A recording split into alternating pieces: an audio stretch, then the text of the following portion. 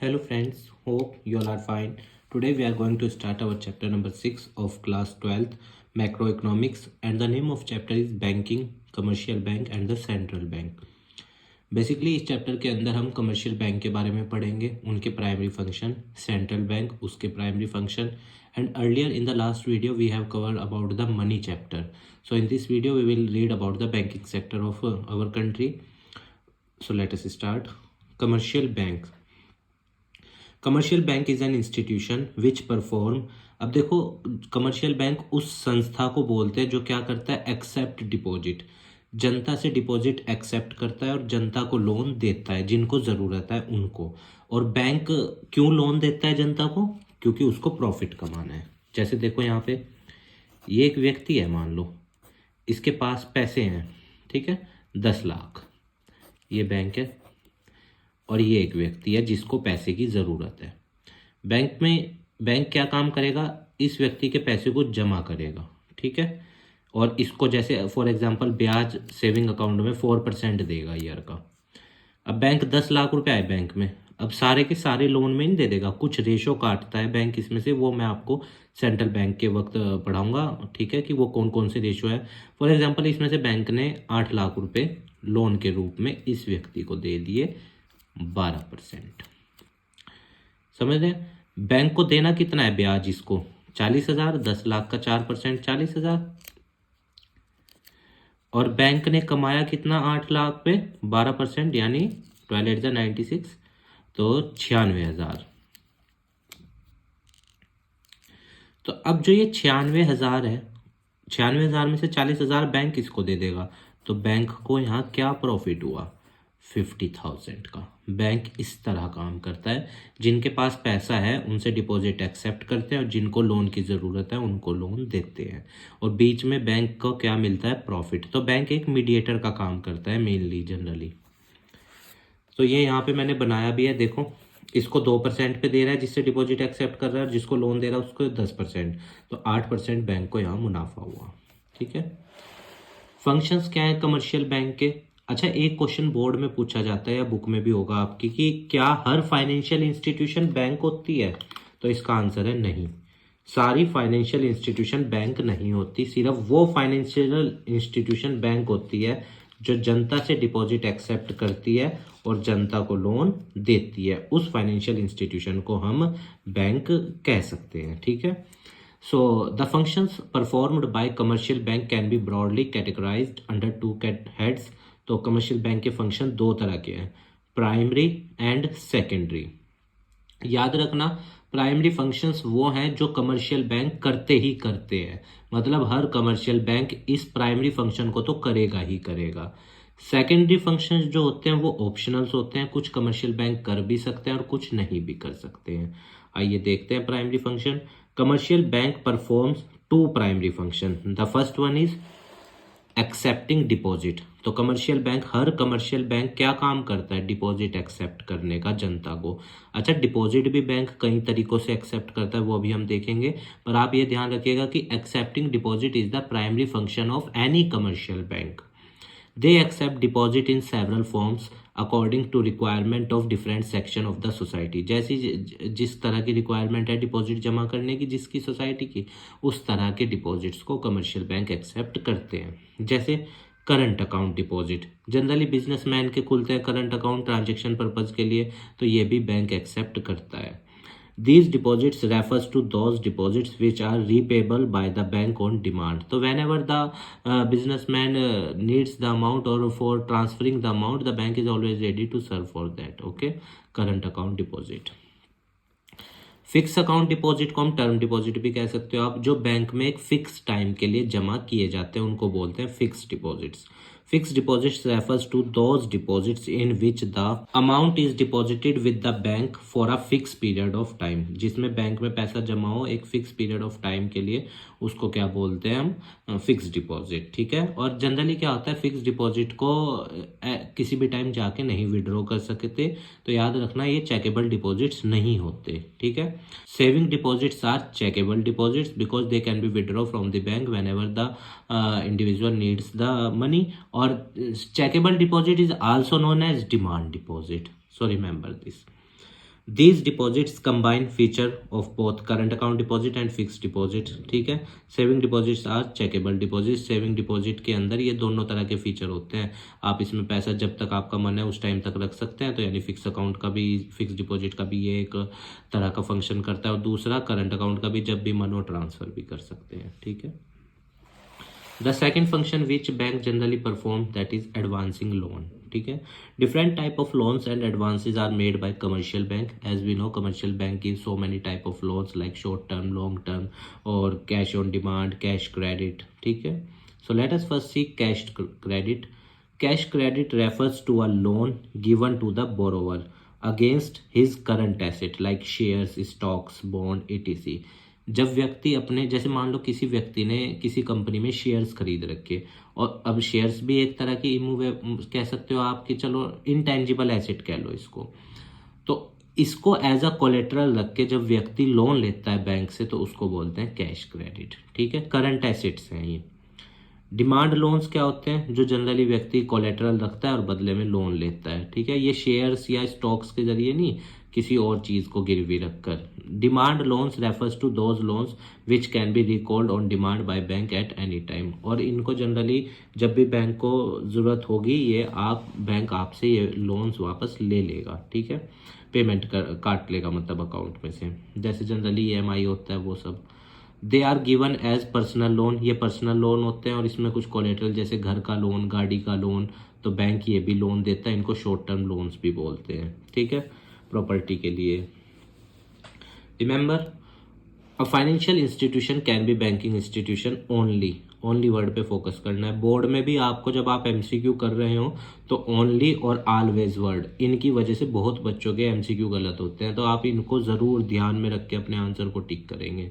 तो एक financial institution जब भी बैंक बन सकती है when it performs both the functions of accepting deposit and advancing loan, means any financial institution which perform the primary functions of commercial bank, that time that financial institution is to be consider as bank. Remember this. Now we will see the secondary function. These are performed by some bank and some does not perform these function. ठीक है. So in addition to primary function, commercial bank also perform secondary function. तो हर commercial bank इस तरह के secondary functions को नहीं करता है, कुछ commercial banks करते हैं और कुछ generally नहीं करते हैं. आइए देखते हैं. जैसे ओवरड्राफ्ट फैसिलिटी. ओवरड्राफ्ट फैसिलिटी क्या होता है, मान लो जैसे एक व्यक्ति के अकाउंट में पैसे नहीं है और बैंक ना कई बार क्या करता है, बिजनेसमैन की या जो ट्रांजैक्शन करते रहते हैं या जो अच्छे टैक्स पेयर्स हैं, तो उनकी एक लिमिट बांध देता है कि आप इतनी लिमिट तक पैसा निकाल सकते हो, अगर आपके अकाउंट में नहीं है तब भी, फिर उसमें रीपेमेंट का टाइम होता है एक, ठीक है। तो it refers to a facility in which a customer is allowed to overdraw his current account up to an agreed limit. तो करंट अकाउंट मीन्स बिजनेसमैन, मैंने अभी आपको बताया, ठीक है। एग्रीड लिमिट मतलब बैंक ने लिमिट पहले से ही तय कर रखी होती है, 1 लाख, जैसे जितना बड़ा जिसका करंट अकाउंट है, जितनी जिसकी डेली की ट्रांजेक्शन, उस हिसाब से उसकी लिमिट बन जाती है। Discounting bill of exchange. Bill of exchange क्या होता है, देखिए जैसे मान लो एक ये व्यक्ति है, ठीक है, एक ये व्यक्ति है, इस व्यक्ति ने इस व्यक्ति से 1 करोड़ लेना है और इसने एक बिल इशू करके दे रखा है कि भाई 15 तारीख को ले लियो, ठीक है। इस व्यक्ति को पैसे की जरूरत 4 तारीख को ही पड़ जाती है, तो ये क्या करता है, अब वो तो पैसे 15 को देगा, तो ये क्या करता है, बैंक के पास जाता है, बैंक से कहता है कि देखो मुझे इस आदमी से 1 करोड़ लेना है और ये 1 करोड़ का बिल है, आप मुझे 90 लाख दे दो। बैंक जनरली क्या करता है, इस व्यक्ति को 90 लाख दे देगा। अब बैंक को क्या फायदा हुआ, बैंक को मान लो फॉर एग्जांपल 11 दिन बाद 1 करोड़ मिलना है और बैंक ने दिए कितने थे, 90 लाख, तो बैंक का यहाँ प्रॉफिट हुआ 10 लाख। इसको बोलते हैं डिस्काउंटिंग ऑफ बिल। कुछ बैंक ये करते हैं, कुछ ये नहीं करते, क्योंकि इसमें रिस्क बहुत होता है। It refers to a facility in which holders of a bill of exchange can get the bill discounted with the bank before the maturity. तो मैच्योरिटी कब होनी थी इसकी, 15 को, पर इसने उस बिल को डिस्काउंट कब करवा लिया, 4 को। एजेंसी फंक्शन का मतलब है कुछ ब्रांच में, कमर्शियल बैंक्स की ब्रांच में ये फंक्शन होते हैं और कुछ ब्रांचेज में नहीं होते हैं। ये देखते हैं। Commercial bank also perform certain agency functions for their customer, जैसे transfer of funds. Some of the commercial bank perform this function of transferring the funds, ठीक है, एंड सम नोट। जैसे पोस्ट ऑफिस का जो बैंक होता है IPB भी तो करता है, पर जो पोस्ट ऑफिस का वैसा अकाउंट होता है उससे आप ऑनलाइन ट्रांसफर नहीं कर सकते। Collection and payment of various items, ठीक है, वेरियस आइटम्स की कलेक्शन और पेमेंट करता है bank. Purchase and sale of foreign exchange, विदेशी मुद्रा बेचना और खरीदना। Purchase of and sale of securities, securities बेचना खरीदना, बॉन्ड्स वो सब। इनकम टैक्स कंसल्टेंसी, आप बैंक से सलाह मशवरा कर सकते हैं जाकर कि किस तरह से टैक्सेस स्लैब हैं वो सब। Trustee and executor, trustee and executor का मतलब क्या होता है कि देखिए जैसे मान लो बैंक में पैसा जमा है, ठीक है, और जनरली क्या होता है किसी इंडिविजुअल की अगर डेथ हो जाए या कुछ हो जाए तो बैंक का क्या होता है, रेस्पॉन्सिबिलिटी होती है कि वो क्या करता है उस फंड को जनरली उसको दे देता है जो जिसका उस पर हक है। लेटर ऑफ रेफरेंस मीन्स जैसे कोई इंडिविजुअल कहीं पे लोन लेने जा रहा है दूसरे बैंक में या कुछ, और वो पुराने बैंक में अच्छा कस्टमर रहा है, वहाँ पे सारे लोन उसने टाइमली चुकाए हैं या फिर सब कुछ बढ़िया रहा है, अच्छे लंबे टाइम से वो बैंक का कस्टमर अच्छा रहा है, तो बैंक क्या करता है उसको लेटर ऑफ रेफरेंस दे देता है कि हाँ ये व्यक्ति बहुत अच्छा है और इसने सारे लोन अपने टाइम पे चुकाए हैं, इस तरह से। नाउ लेट अस सी मनी क्रिएशन। मनी क्रिएशन का दूसरा नाम है क्रेडिट क्रिएशन और तीसरा नाम है डिपॉजिट क्रिएशन। आप इसको एमसीडी भी याद रख सकते हैं, एमसीडी, ठीक है। एम से मनी क्रिएशन, सी से अपना हो गया क्रेडिट क्रिएशन और डी से deposit creation. Through the process of money creation, commercial banks are able to create credit which is in far excess of the initial और प्राइमरी डिपॉजिट। तो money creation एक ऐसा प्रोसेस होता है जिसके जरिए कमर्शियल बैंक लोन देने के योग्य बन जाते हैं जनता को, ठीक है। वो हम आगे देखेंगे भी कि 1/LRR करके हमारा मनी मल्टीप्लायर निकलता है, ठीक है, उससे फिर टोटल डिपॉजिट निकालते हैं हम, initial deposit into money multiplier. ये क्वेश्चन इस साल बोर्ड में था भी, 2023 का जो बोर्ड एग्जाम हुआ था, मतलब 22-23 सेशन का, उसमें आया था ये। प्राइमरी डिपॉजिट्स क्या होते हैं? Deposits are the cash deposits of people with commercial bank. जो जनता का पैसा पड़ा है बैंकों में वो प्राइमरी डिपॉजिट है। अच्छा, सेकेंडरी डिपॉजिट क्या होता है? जैसे मान लो कोई अपनी लोन की किस्त भरने जा रहा है, लोन की पेमेंट दे रहा है, these deposits are to be consider as secondary deposit और डेरिवेटिव डिपॉजिट। इनका दूसरे नाम जरूर याद रखना, ये क्वेश्चन एमसीक्यू में ना पूछ ले आपसे। तो secondary deposits are those deposits which arise due to loan given by the bank to the people. इन वजह से ये डिपॉजिट्स अराइज होते हैं, इनको बोलते हैं हम सेकेंडरी डिपॉजिट। मनी मल्टीप्लायर, तो money multiplier is the number by which total deposit can increase due to a given change in deposit, ठीक है। तो LRR के रिवर्स होता है, ये मैं आपको ये उससे बताता हूँ, ध्यान रखना। पहले तो ये समझ लो LRR क्या होता है। इसको बोलते हैं लीगल रिजर्व रेशो या लिक्विडिटी रिजर्व रेशो। जो कमर्शियल बैंक पैसा जनरली रखते हैं out of their initial deposit, उसको बोलते हैं LRR। फिर इसके कंपोनेंट भी हैं CRR और SLR, वो हम आगे देखेंगे, ठीक है। तो money multiplier MM is equal to 1/LRR। अब अगर LRR परसेंट में है तो आप मल्टीप्लाई 100 से भी करोगे, और अगर ये परसेंट में नहीं है तो खाली सिर्फ MM is equal to 1/LRR। मैं आपको दिखाता हूँ करके। जैसे मान लीजिए LRR है 10%, ठीक है, तो MM क्या निकलेगा? MM is equal to 1/10 into 100। तो मनी मल्टीप्लायर कितना आया हमारा? 10 आया। और मान लो अगर टोटल डिपॉजिट निकालना हो, हमें ये पता करना है बैंक में सारा पैसा कितना जमा हुआ, तो ये कैसे निकलता है? टोटल डिपॉजिट्स हमारे initial deposit ID multiply MM, और ID था मान लो हमारा इनिशियल डिपॉजिट, शुरुआत में जो डिपॉजिट जमा हुए बैंक में वो 500, तो 500 हमारा ID। और मनी मल्टीप्लायर कैसे निकालना आपने? 1/LRR करके, तो कितना आया था? 10 आया था। अच्छा, LRR परसेंट में था इसलिए 100 से मल्टीप्लाई करी थी, तो 500 इंटू 10 यानी टोटल डिपॉजिट है 5000, ठीक है। बोर्ड में इस साल क्वेश्चन था कि ये बताना था, एक तो मनी क्रिएशन और दूसरा था कि साथ में ये बताओ एक हाइपोथेटिकल एग्जांपल से। तो ये देखो बुक में एक एग्जांपल है टोटल डिपॉजिट का, इस तरह का क्वेश्चन था इस बार, ठीक है ना, हाइपोथेटिकल एग्जांपल मान रखा था। मान लो इनिशियल डिपॉजिट बैंक में जमा हुए 1000, ठीक है, और CRR मतलब LRR कितना है? 20%। तो 1000 का 20% यानी 200 रुपये तो रिजर्व में रखे गए, और 800 क्या होंगे? लोन में दिए जाएंगे, ठीक है, ये बनता है। अब राउंड 1, अब यहाँ पे जो डिपॉजिट्स आएंगे वो कितने आएंगे? लोन जो दिए हैं 800, फिर 800 में से 120 कैश रिजर्व LRR रखा जाएगा, बचा कितना 640, फिर ये लोन में जाएगा।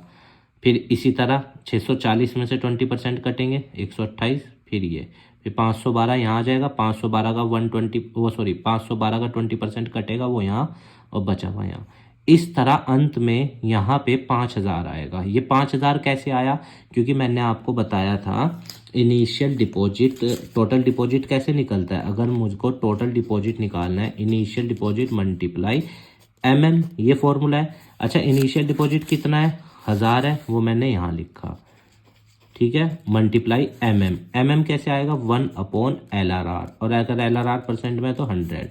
यहाँ LRR कितना था 20%, तो 1/, जब मैं 20% रखूँगा तो कितना आएगा 5, तो यानी 5, ठीक है। MM कितना निकला 5000 × 5, 5000, ये 5000 ऐसे आया, और अंत में टोटल 5000 ही होगा, बस यहाँ पे राउंड बढ़ते चले जाएंगे, ठीक है। और लोन में कितने दिए 4000 जाएंगे, और रिजर्व कितना रखा जाएगा 5000 का 20% 1000। ऐसे आपको टेबल बनाना था, जो बोर्ड में पेपर था उसमें, अगर आप उसकी प्रैक्टिस करेंगे इस तरह का टेबल बनाना है, ठीक है। तो समझ आ गया आपको, ये ऐसा टेबल वहाँ पे बनाना था। इसी को ही क्या बोला जाता है, क्रेडिट क्रिएशन, ठीक है ना। Credit creation is the process through which commercial bank are able to create credit in the economy, remember this. Now let us see central bank. तो सेंट्रल बैंक क्या होता है, एपेक्स बॉडी होता है banking system की सबसे बड़ी body, जिसका काम है देश के बैंकिंग सिस्टम को control, operate, direct, regulate the entire banking and monetary structure of the country. क्योंकि हमें पता है मॉनेटरी पॉलिसी का फॉर्मुलेशन भी कौन करता है, सेंट्रल बैंक। तो मॉनेटरी पॉलिसी को कंट्रोल करने की रेस्पॉन्सिबिलिटी भी इसी की है, और मनी सप्लाई को कंट्रोल करने की रेस्पॉन्सिबिलिटी भी इसकी है। हालांकि वो फिस्कल पॉलिसी के अंतर्गत भी आता है मनी सप्लाई को कंट्रोल करने का, पर मेन जो मॉनेटरी पॉलिसी से होती है वो ये करता है। RBI एक्ट बना, ये डिटेल याद रखना बेसिक। RBI एक्ट बना 1934, RBI बना कब 1 अप्रैल 1935, सरकारी नेशनलाइज्ड हुआ 1949, और हेडक्वार्टर मुंबई, ठीक है। इस वक्त गवर्नर कौन है वो बताना आप मेरे को कमेंट बॉक्स में, और कौन से नंबर के हैं, मतलब कौन सा नंबर है उनका, ये उनसे पहले कितने रह चुके हैं वो बताना आप, ठीक है। Functions of central bank. अब सेंट्रल बैंक करता क्या है, सबसे पहले है करेंसी अथॉरिटी। नोट इशू करने की पावर, नोट को छापने की पावर, करेंसी को छापने की पावर इसके पास है, पर 1 रुपए के नोट को ये नहीं छापता। 1 रुपए के नोट को मिनिस्ट्री ऑफ फाइनेंस छापती है, गवर्नमेंट ऑफ इंडिया, और साइन होते हैं फाइनेंस सेक्रेटरी के, याद रखना, फाइनेंस मिनिस्टर के नहीं, फाइनेंस सेक्रेटरी के। In India, RBI Act has sole right of issue paper notes except 1 rupee note and coins which are issued by Ministry of Finance. Coins mint होते हैं तो वो Ministry of Finance के अधीन है। दूसरा फंक्शन इसका, बैंकर टू द गवर्नमेंट। अब एक क्वेश्चन पूछा जाता है कि सेंट्रल गवर्नमेंट और स्टेट गवर्नमेंट के लिए बैंकर का काम कौन करता है, तो ध्यान रखना, चाहे सेंट्रल गवर्नमेंट हो चाहे स्टेट गवर्नमेंट हो, दोनों के लिए बैंकर का काम सेंट्रल बैंक ही करेगा। The RBI acts as a banker, agent and a financial advisor to the central as well as state government, also financial advisor, ठीक है। चाहे स्टेट हो चाहे सेंट्रल गवर्नमेंट हो, दोनों के लिए कौन करता है, यही काम करता है फाइनेंशियल एडवाइजर का। Bankers, bank and supervisor.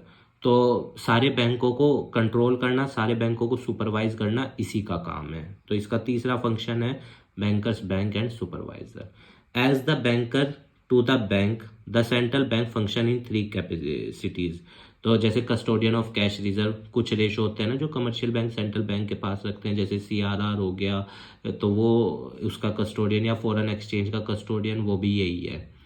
दूसरा function lender of last resort, means अगर कोई ब्रांच फेल हो जाए या कोई बैंक फेल हो जाए तो सारी चीज़ों को मैनेज करना या जनता का पैसा रिटर्न करना, वो सब रेस्पॉन्सिबिलिटी इसके अधीन बन जाती है।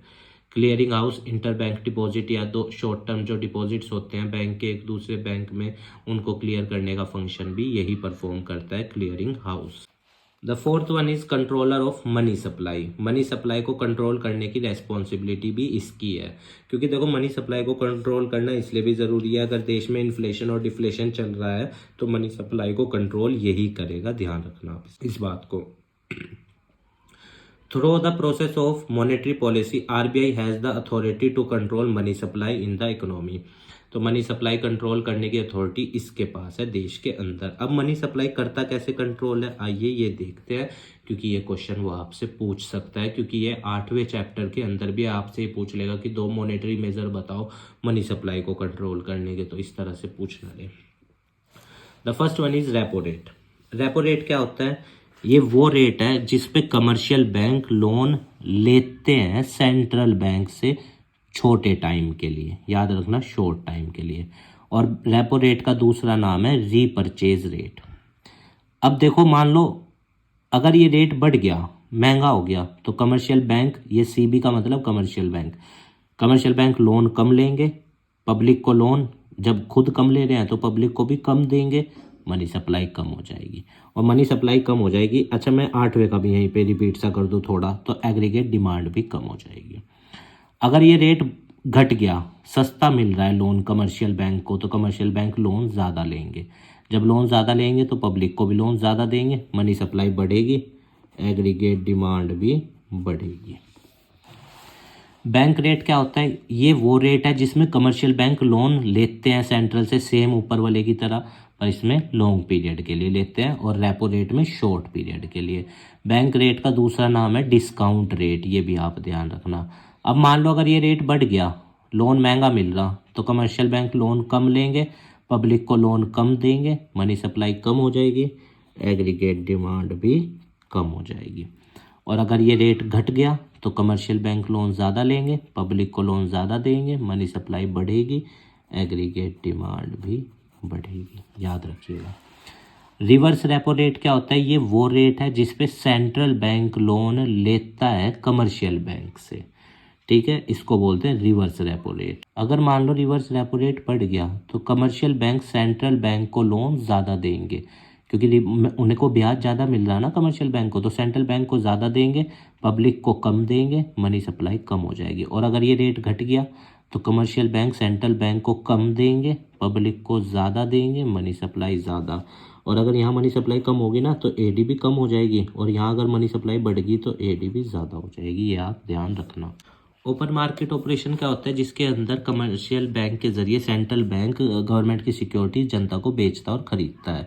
मान लो अगर सेल कर रहा है तो पब्लिक सिक्योरिटीज़ खरीदेगी, पब्लिक सिक्योरिटी खरीदेगी तो पब्लिक के पास से पैसा चला जाएगा, मनी सप्लाई कम हो जाएगी, एग्रीगेट डिमांड कम हो जाएगी। और अगर परचेज कर रहा है तो मनी जनता से वापस खरीद रहे हैं तो मनी सप्लाई बढ़ जाएगी, और जैसे ही मनी सप्लाई बढ़ेगी तो एग्रीगेट डिमांड भी बढ़ेगी देश के अंदर, ये आपको ध्यान रखना है। ओपन मार्केट ऑपरेशन के अंदर गवर्नमेंट की सिक्योरिटीज़ को सेंट्रल बैंक कमर्शियल बैंक के थ्रू जनता को बेचता और खरीदता है, या कमर्शियल बैंक को बेचता और खरीदता है। So the next one is legal reserve requirement, LRR। ये वो अमाउंट है जो कमर्शियल बैंक को कैश के रूप में रखना पड़ता है, और इसमें फिर 2 कंपोनेंट है, अपने पास और सेंट्रल बैंक के पास। तो देखो, अगर अपने पास ज़्यादा रखेगा तो पब्लिक को कम लोन देगा, पब्लिक को कम देगा तो फिर मनी सप्लाई कम, और मनी सप्लाई कम तो एग्रीगेट डिमांड भी कम। तो पहला कंपोनेंट LRR का CRR, कैश रिजर्व रेशो, ये वो अमाउंट होता है जो कमर्शियल बैंक्स को सेंट्रल बैंक के पास रखना होता है, ठीक है, अपने डिपॉजिट्स में से। तो मान लो अगर ये रेट बढ़ा दिया सेंट्रल बैंक ने, तो कमर्शियल बैंक अपने पास कम रखेंगे और सेंट्रल बैंक के पास ज़्यादा रख देंगे। अब सेंट्रल बैंक के पास ज़्यादा रख दिया तो पब्लिक को लोन कम देंगे, मनी सप्लाई कम, और एग्रीगेट डिमांड भी कम। और अगर अपने पास उसके ये रेट घट गया तो कमर्शियल बैंक सेंट्रल बैंक के पास कम रखेंगे, क्योंकि ये रेट घट गया ना, तो और पब्लिक को लोन ज़्यादा देंगे। जब उसके पास नहीं रख रहे हैं तो वो पैसा पब्लिक को ही तो देंगे, मनी सप्लाई बढ़ जाएगी, एग्रीगेट डिमांड बढ़ जाएगी। SLR क्या होता है? ये वो अमाउंट है जो कमर्शियल बैंक्स को अपने पास ही रखना होता है सिक्योरिटी के रूप में। मान लो किसी की FD RD पूरी हो रही है तो उसको देना है ना पैसा, तो अगर मान लो ये रेट बढ़ गया, SLR बढ़ गया, तो कमर्शियल बैंक अपने पास ज़्यादा पैसा रखेंगे, पब्लिक को लोन कम देंगे, मनी सप्लाई कम हो जाएगी, एग्रीगेट डिमांड भी कम हो जाएगी। और अगर ये रेट घट गया तो अपने पास कम रखना है, और जब अपने पास कम रखना है तो कमर्शियल बैंक पब्लिक को ज़्यादा देगा, मनी सप्लाई ज़्यादा होगी, और एग्रीगेट डिमांड भी बढ़ जाएगी। मार्जिन रिक्वायरमेंट क्या होता है? अमाउंट ऑफ लोन और वैल्यू ऑफ एसेट के बीच का डिफरेंस। मान लो 5 लाख का लोन है और 10 लाख की एसेट है, तो कितने की फालतू है? 5 लाख की ना। तो 5 लाख रुपए मार्जिन रिक्वायरमेंट है। या ऐसे समझ लो 5 लाख का लोन है, 8 लाख की प्रॉपर्टी है गिरवी रखवाई, तो 3 लाख की फालतू की रखवाई ना, वो मार्जिन रिक्वायरमेंट है। मान लो ये रेट बढ़ गया, मार्जिन बढ़ गया, तो पब्लिक लोन कम लेगी ना, क्योंकि ज़्यादा की चीज़ गिरवी रखनी है। पब्लिक लोन कम लेगी, मनी सप्लाई कम होगी, एग्रीगेट डिमांड कम होगी। और अगर ये रेट घट गया, पब्लिक लोन ज़्यादा लेगी, मतलब अब कम की चीज़ गिरवी रखनी है, तो पब्लिक लोन ज़्यादा लेगी, मनी सप्लाई बढ़ जाएगी, एग्रीगेट डिमांड बढ़ जाएगा। मोरल सिचुएशन में क्या होता है? जनरली डिस्कशन, लेटर, स्पीच, ठीक है ना, हिंट्स देता है कमर्शियल बैंक को सेंट्रल बैंक कि लोन ज़्यादा दो या कम दो। तो अगर हिंट्स दे रहा है, लेटर, डिस्कशन, स्पीच दे रहा है कि भाई लोन कम दो, तो फिर कमर्शियल बैंक पब्लिक को कम देंगे, मनी सप्लाई कम हो जाएगी, एग्रीगेट डिमांड कम। और अगर प्रमोट कर रहा है कमर्शियल बैंकों के कि लोन ज़्यादा दो, तो फिर कमर्शियल बैंक लोन ज़्यादा देंगे पब्लिक को, मनी सप्लाई बढ़ जाएगी, एग्रीगेट डिमांड बढ़ जाएगी। सिलेक्टिव क्रेडिट कंट्रोल में रेशनिंग आ जाता है। कई बार कमर्शियल बैंक रेशो बना देते हैं कि किस सेक्टर में कितना देना है या किस फील्ड के लिए कितना लोन देना है। तो अगर रेशोज ज़्यादा बने हुए हैं और कंसंट्रेशन बैंक का ज़्यादा है, तो लोन कम देंगे, मनी सप्लाई कम, एग्रीगेट डिमांड कम। और अगर रेशनिंग कम है, लोन ज़्यादा दे रहा है कमर्शियल बैंक पब्लिक को, तो फिर मनी सप्लाई बढ़ेगी, एग्रीगेट डिमांड बढ़ेगी। तो उम्मीद है गाइस आपको चैप्टर समझ में आया होगा। हमारे काम को सपोर्ट करने के लिए वीडियो को लाइक कीजिएगा, अपने दोस्तों के साथ शेयर कीजिएगा और हमारे चैनल को भी सब्सक्राइब कर दीजिएगा। और स्टूडेंट्स जो भी आपके पास बुक है, चाहे कोई सी भी राइटर की है, उसके प्रैक्टिस सेट ज़रूर करना। इससे उसके चैप्टर के संदीप गर्ग की जो मैक्रो इकोनॉमिक्स है वो बहुत अच्छी है, उसमें प्रैक्टिस का बहुत कंटेंट है, तो आप उनको देख लोगे तो ज़्यादा अच्छा है। अगर आपके पास वो बुक है तो फिर तो वेल एंड गुड है। उसके साथ एक सैम्पल पेपर भी ज़रूर कर लेना, क्योंकि इस चैप्टर से money and banking, money chapter से तो आता ही आता है, क्वेश्चन आएगा ही, और बैंकिंग चैप्टर से भी वो आपसे एक क्वेश्चन पूरी उम्मीद है मेरे को कि वो लिखवाएगा ज़रूर। जैसे इस साल उसने, मैंने अभी आपको बताया ना कि उस पर लिखवा लिया था मनी क्रिएशन पे, और फिर एक हाइपोथेटिकल एग्जांपल पूछ लिया था। तो इस तरह से आप प्रैक्टिस कीजिएगा, क्योंकि अब वो टाइम चल रहा है, क्योंकि पेपर नज़दीक है, तो प्रैक्टिस ज़्यादा से ज़्यादा कीजिएगा, ठीक है। आप स्वस्थ रहिए, खूब लाइफ में आगे बढ़िए, खूब तरक्की कीजिए जीवन में, यही हमारी मनोकामना है। इस देश को अच्छा बनाइए, समाज को अच्छा बनाइए, और अपना अस्तित्व इस समाज में स्थापित कीजिए, और इस अर्थव्यवस्था को भी बेहतर बनाने में, भारतीय अर्थव्यवस्था को बेहतर बनाने में अपना योगदान दीजिएगा, ठीक है, by being a good human capital. तो आप स्वस्थ रहिए, खूब लाइफ में आगे बढ़िए, और इस वीडियो को अपने दोस्तों के साथ भी शेयर करना, ताकि हम भी आपके ज़रिए थोड़ा सा ग्रो और कर सकें। आपने यहाँ तक लेके आए उसके लिए बहुत बहुत आपका शुक्रिया। इसी तरह आप जुड़े रहे हमारे चैनल से। धन्यवाद स्टूडेंट्स।